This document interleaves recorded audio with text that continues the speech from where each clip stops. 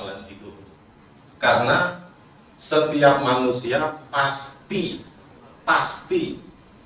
menghadapi ujian, tantangan, cobaan, dan seterusnya. Masing-masing dari kita akan menjalani itu dalam setiap periode waktu yang kita lalui, baik suka, duka, ceria, nestapa, sengsara, bahagia, dan seterusnya. Itu yang disampaikan oleh beliau. Apa 5 kiat itu? Yang pertama, mudah-mudahan ini waktunya pas karena ada 5 dan panjang sekali, ada 215 halaman. Saya akan bacakan dari halaman ke 214. Yang pertama, iya Pak, sebelum kesimpulan ini Pak, selembar sebelum kesimpulan. Yang pertama katanya, dari 5 kiat menghadapi persoalan hidup itu, yang pertama adalah siap menghadapi yang cocok dan yang tidak cocok. Contoh situasi sekarang ini Pak, tidak cocok dengan harapan kita. Usaha udah, surat dikirim sudah, WA dikirim sudah, dibalas sudah, tapi faktanya belum datang. Sehingga kita harus cocok, sehingga kita harus siap menghadapi yang cocok dan yang tidak cocok. Karena semua kenyataan hidup tidak pasti cocok dengan apa yang kita mau. Karena kita tahu tidak semua orang satu pandangan, tidak semua orang satu pemahaman, dan seterusnya. Sehingga kitalah harus mengendalikan diri kita untuk hal-hal yang cocok dan tidak cocok. Itu yang pertama, siap menghadapi yang cocok dan yang tidak cocok. Ini adalah bentuk kesiapan kita menghadapi yang tidak cocok. Yang kedua, kalau sudah kejadian seperti ini, sudah terjadi, namanya takdir. Betul Pak ya? Kalau belum terjadi, namanya rencana. Belum terjadi. Tapi kalau sudah terjadi, namanya takdir. Ini kok mati-mati terus dia nih? Harus siap menghadapi yang cocok dan tidak cocok. Hilang, contekan di sini dia hilang terus. Oke? Yang kedua, terima kenyataan. Karena kalau sudah terjadi, itu namanya takdir. Tinggal, nah di sini tinggal lanjutkan ikhtiar. Ibarat nasi sudah jadi bubur, tinggal kita lanjutkan ikhtiar, cari kacang polong, seledri, bawang goreng, bawang ceplok, ati, amplak, dan lain sebagainya. Kita bikin bubur ayam spesial, nikmati. Jadi sekarang ini karena ustadznya datang, yang di depan adalah tukang bubur. Kita nikmati. Karena nasi sudah jadi bubur, tetap kita ikhtiar, berusaha, cari kacang polong, seledri, bawang goreng, dan seterusnya. Kita bikin bubur ayam spesial dan kita nikmati. Jadi langkah kedua, kalau sudah takdir terjadi, lanjutkan ikhtiar. Nasi sudah jadi bubur, bikin bubur ayam spesial.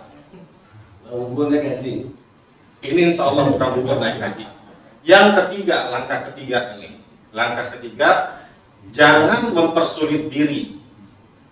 Situasinya Ustaz bukan gak datang. Kita nggak usah mempersulit diri.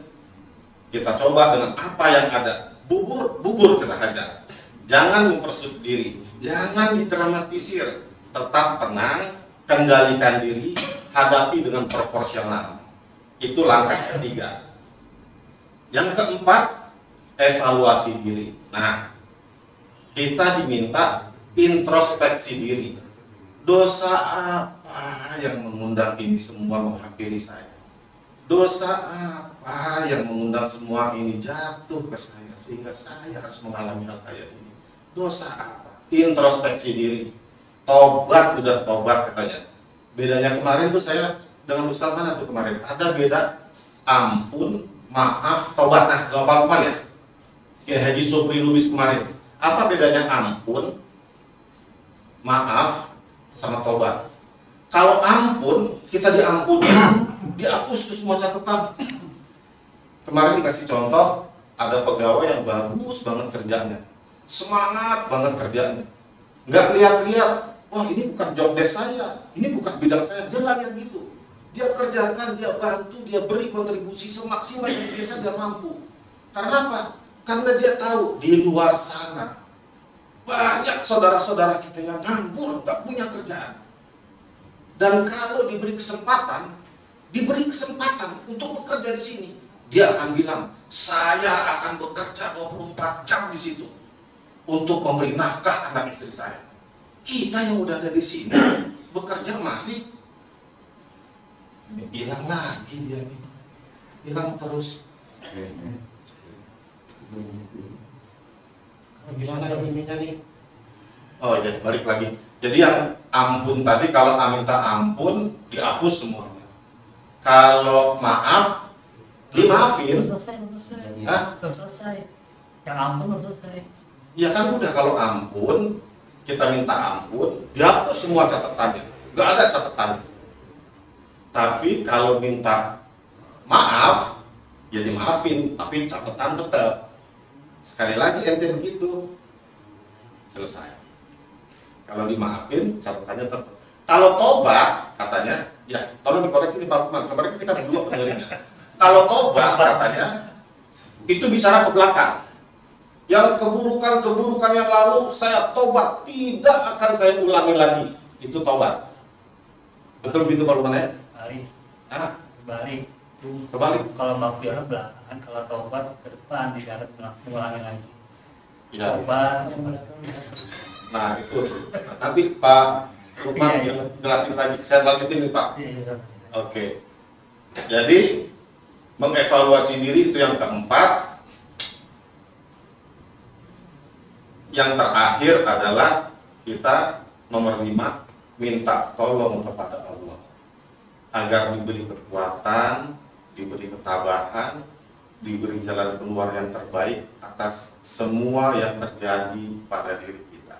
Itulah sebabnya pada setiap sholat ada kalimat ihdinas siratal mustaqim, siratal ladzina an'amta 'alaihim ghairil maghdubi 'alaihim waladdallin.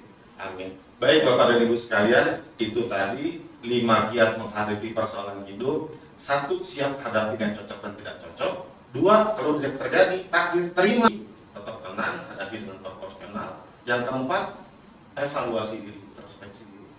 Dosa apa yang mengundang ini semua terjadi? Udah saya tobat lah, udah. Yang kelima, minta tolong kepada Allah. Jangan lupa, jangan tinggalkan sholat. Itu saja dapat kami sampaikan. Lebih dan kurangnya mohon maaf. Billahi taufiq wal hidayah. Assalamualaikum warahmatullahi wabarakatuh. Tanya jawabnya dibuka 2 sesi. Pertanyaan pertama dari sisi kiri saya, nanti akan dijawab oleh sisi kanan saya. Yang kedua, pertanyaan dari sisi kanan saya nanti akan dijawab oleh sisi kiri saya. Kalau masih ada waktu, pertanyaan dari ibu-ibu di depan saya akan dijawab oleh bapak-bapak yang ada di hadapan saya. Baik, yang pertama silakan dari kiri. Nggak pernah jawab. Jadi nanya kalau gitu. Saya nanya Pak Ustadz. Baik, silakan Pak Afri. Ini kan ada 5 kiat-kiat tuh. Ya. Dalam menghadapi apa tadi masalah itu. Iya. Ada kiat yang pertama tadi apa? Berusaha dulu atau Siap menghadapi yang cocok dan tidak cocok. Nah, itu ada 5 kiat ya. Ada Iya. 5 langkah. Iya. Tapi kebanyakan manusia itu langsung ke langkah yang kelima. Ada masalah langsung minta tolong sama Allah gitu. Belum berusaha udah langsung berdoa gitu. Jadi langkah kedua, ketiga, keempat dilewatin. Langsung bypass. Langsung pasrah aja sama Allah. Silakan. Sisi sebelah kanan. Tadi lu koreksi Pak Lukman tadi. Pak Lukman tadi koreksi. Dari posisi. Lalu udah mengkoreksi itu tadi. Ada 5 langkah. Yang pertama, siap hadapi yang cocok dan tidak cocok. Yang kedua, Takdir. terima karena sudah jadi takdir. Yang ketiga, Mempersulit diri. jangan mempersulit diri, tenang, hadapi dengan profesional. Yang keempat, introspeksi, dosa apa yang mengundang semua ini. Yang kelima, baru minta tolong sama Allah. Ini di bypass. Dari 1 langsung 5. Gimana tuh Pak Ustadz? Lukman. Tanya Mbak Google dulu. Nggak ada di bagus. Dari Kang Angga nih. Coba sini. Ini Afif. Saya terima. Dari Kang Angga. Nah ini nih. Assalamualaikum warahmatullahi wabarakatuh. Waalaikumsalam warahmatullahi wabarakatuh. Tadi karena gini Pak, saya pernah dengar suatu hadis qudsi. Allah itu bagaimana prasangka hambanya. Jadi kalau misalkan tahap 1, 2, 3, 4, kalau lebih cepat kenapa pilih lambat gitu Pak? Itu jawabannya seperti itu. Cukup. Terima kasih Pak Ustadz. Kalau bisa cepat, maka harus lambat. Kalau bisa kelima kenapa harus 1, 2, 3, 4? Oke. Gimana Pak Apri? Enggak, saya mau begini ya, itu orang kalau ada masalah, itu orang itu masalah itu nggak mau berusaha dulu, dia langsung aja sholat ya, berdoa sama Allah gitu, ya Allah selesaikan masalah saya ini ya Allah, tapi nggak mau berusaha gitu, itu gimana itu? Tapi kalau orang yang seperti itu, Dari ibu-ibu kali Pak Angga, mungkin ada yang bisa Jawab. Enggak. nambah. Enggak. Ditambahin sama ibu-ibu, mana ibu-ibu? Bu gimana Bu? Kasih dong mic di belakang. Kalau ada yang bypass Bu gimana Bu? Iya. Jadi dari 5 langkah itu begitu menghadapi ujian, tantangan, langsung lompat ke langkah kelima, langsung minta tolong sama Allah. Dilewatin yang namanya usaha, ikhtiar, introspeksi, tetap tenang, dilewatin tuh, langsung minta sama Allah. Gimana mungkin ada orang senang melihat orang tuh coba berusaha dulu kan gitu kan, Allah tuh pasti melihat manusia itu gitu. Iya. Allah lihat apa? Allah sedang melihat orang yang berusaha dulu. Emang ujung-ujungnya emang selalu pasti. Silakan ibu-ibu dari kelompok Majelis Taklim Al-Barakah.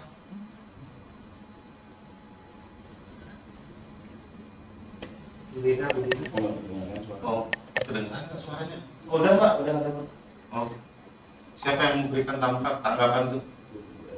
Bu Endah, silakan Bu Endah. Perwakilan ibu. Juga.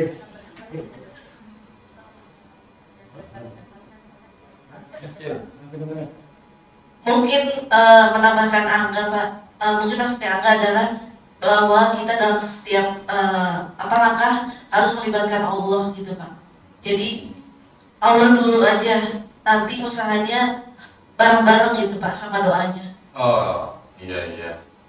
Gitu Pak Apri. Semuanya mengikut sertakan Allah. Baik, terima kasih. Cukup Pak Apri? Cukup, terima kasih. Untuk pertanyaan kedua dari sisi sebelah kanan, silakan. Pak Lukman, di Lukman ada tuh yang cari Google dulu. Lagi nyari pertanyaan. Cari pertanyaan. Pertanyaannya nggak ada jawabannya. Pertanyaannya adalah, kemarin kita tuh telah mendengarkan ceramah dari Ustadz Habib Anis gitu kan. Pertanyaannya adalah, ada berapa teladan kepada salafus sholeh? Sebutkan yang ingat gitu,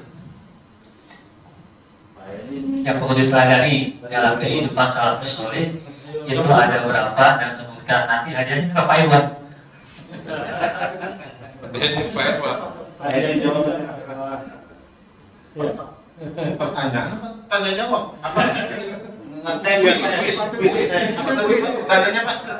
Bukan ini kuis gitu. Ada berapa yang perlu diteladani dari kehidupan salafus sholeh?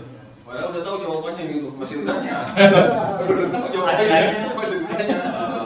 Adanya bagi WhatsApp.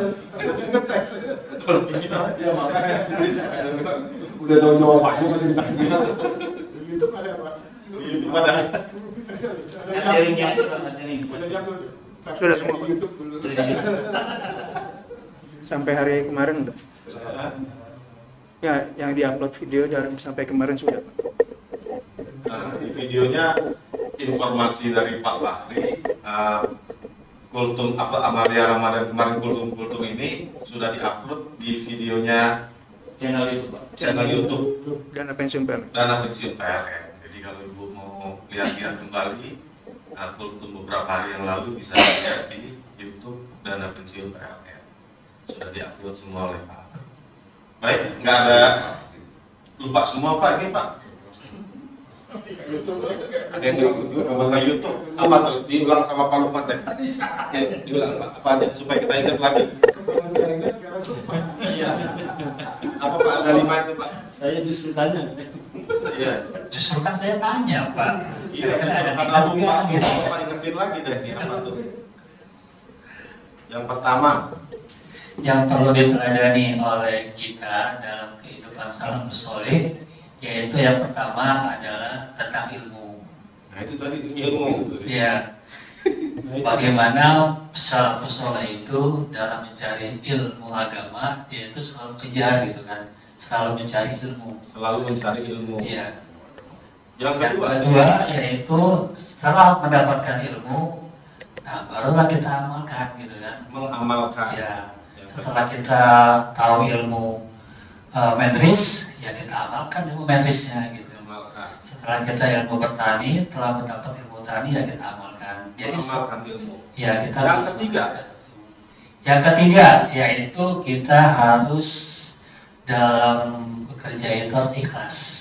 Ikhlas. Ya, ikhlas itu harusnya bab ini hari ini harus bab ikhlas. Jadi setelah kita mempelajari ilmu, kemudian kita beramal, nah beramal itu kita harus ikhlas karena Allah Subhanahu Wa Taala. Karena ikhlas itu adalah ruhnya amal soleh. Jadi kalau kita senantiasa beramal soleh, kita harus ikhlas agar kita terhindar untuk masuk neraka wail. Yang keempat. Yang keempat, yaitu yang terakhir, itu kita harus senantiasa takut kepada Allah Subhanahu Wa Taala. Jadi kita ada perasaan rasa khauf, kita ada perasaan takut kepada Allah Subhanahu Wa Taala. Yang kelima yaitu dalam salafus saleh itu yang tadi yang keempat itu salafus saleh itu ada merasa senantiasa takut gitu kan. Nah dari rasa takut itu maka ada yang namanya sifat waro, yaitu kehati-hatian. Nanti kalau kita makan ini kira-kira ada rasa takut ini haram atau enggak gitu kan. Jadi kalau makan ini makan kurma kan halal, makan khamar itu kan haram. Maka dia dalam rasa takut dalam kehidupan sehari-hari gitu kan. Jadi ada 5 Pak. Yang pertama ilmu, Mencari ilmu. kedua itu teladannya yaitu dengan beramal, Ilmu. kemudian berikhlas, Ikhlas. kemudian ada rasa takut, Kepada Allah. yang kelima ada rasa waro. Waro. Iya, jadi itu yang perlu kita teladani apa yang telah disampaikan oleh Habib Anis. 5 juga berarti. Ada 5, Pancasila juga ada 5. 5. Ini Anies Baswedan. Jadi gitu Pak, insya Allah kesimpulannya ada 5 yang perlu diteladani oleh salafus saleh. Semoga kita berusaha semaksimal mungkin menteladaninya. Pasti. Ya, makasih. Jadi pertanyaannya dijawab, karena ke kiri dijawab. Iya, karena kiri belum tahu. Dan yang terakhir dari ibu-ibu, mungkin ada yang ingin ditanyakan. Bapak-bapaknya siap? Bapak siap? Ibu-ibu, mari pertanyaannya 1 atau 2 atau 3. Silakan, bapak-bapaknya sini sudah bersiap untuk menjawab.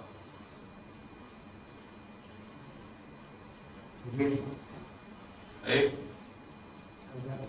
Tidak ada. Kalau tidak ada, mohon disediakan. Oh, ada. Ada Bu? Tidak ada? Lambaikan tangan ke arah kamera. Oh, tidak ada. Baik. Mohon kesediaan Pak Edi untuk menutup dengan doa Pak Edi.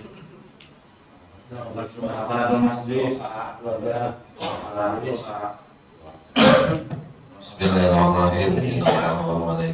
Sallallahu ala nabi ya ayyuhalladzina amanu sallu alaihi wasallimu taslima. Allahumma shalli wa sallim ala sayyidina wa ala Muhammad wa ala alihi wa sahbihi. Alhamdulillah rabbil alamin. Hamdan hamdan syakiran hamdan yufi ni'amahu wa yaghfiru wa mazidah. Ya rabbana lakal hamdu kama yanbaghi li jalali wajhikal karim wa 'azimi sultanik. Allahumma a'inna sukrika dzikra husna ibadatik. Allahumma nas'aluka ilman nafi'an wa rizqan thayyiban wa amalan mutaqabbalan. Allahumma innaka afuwwun tuhibbul afwa fa'fu 'anna. Allahumma nas'aluka ridhaka wal jannah wa na'udzu bika min sakhatika wan nar. Allahumma innaka ta'lam. Allahumma innaka ta'lam. Allahumma afih alaina sabrana wa thabbit aqdamana wa ansurna 'alal qawmil kafirin. Rabbana la tu'akhidhna in nasina aw akhtana. ربنا ولا تحمل علينا إصرا كما حملته على الذين من قبلنا ربنا ولا تحملنا ما لا طاقة لنا به واعف عنا واغفر واغفر لنا وارحمنا واعف عنا واغفر لنا وارحمنا واعف عنا واغفر لنا وارحمنا أنت مولانا فانصرنا على القوم الكافرين اللهم أهدنا الحق والحق وارزقنا اتباعه وأرنا الباطل باطلا وارزقنا اجتنابه ربنا آتنا في الدنيا حسنة وفي الآخرة حسنة وقنا عذاب النار صلى الله على سيدنا محمد النبي الأمي وعلى آله وصحبه وسلم برحمتك يا أرحم الراحمين والحمد لله رب العالمين. Subhanallahumma wa bihamdika, la ilaha illa anta, astaghfiruka. Assalamualaikum warahmatullahi wabarakatuh.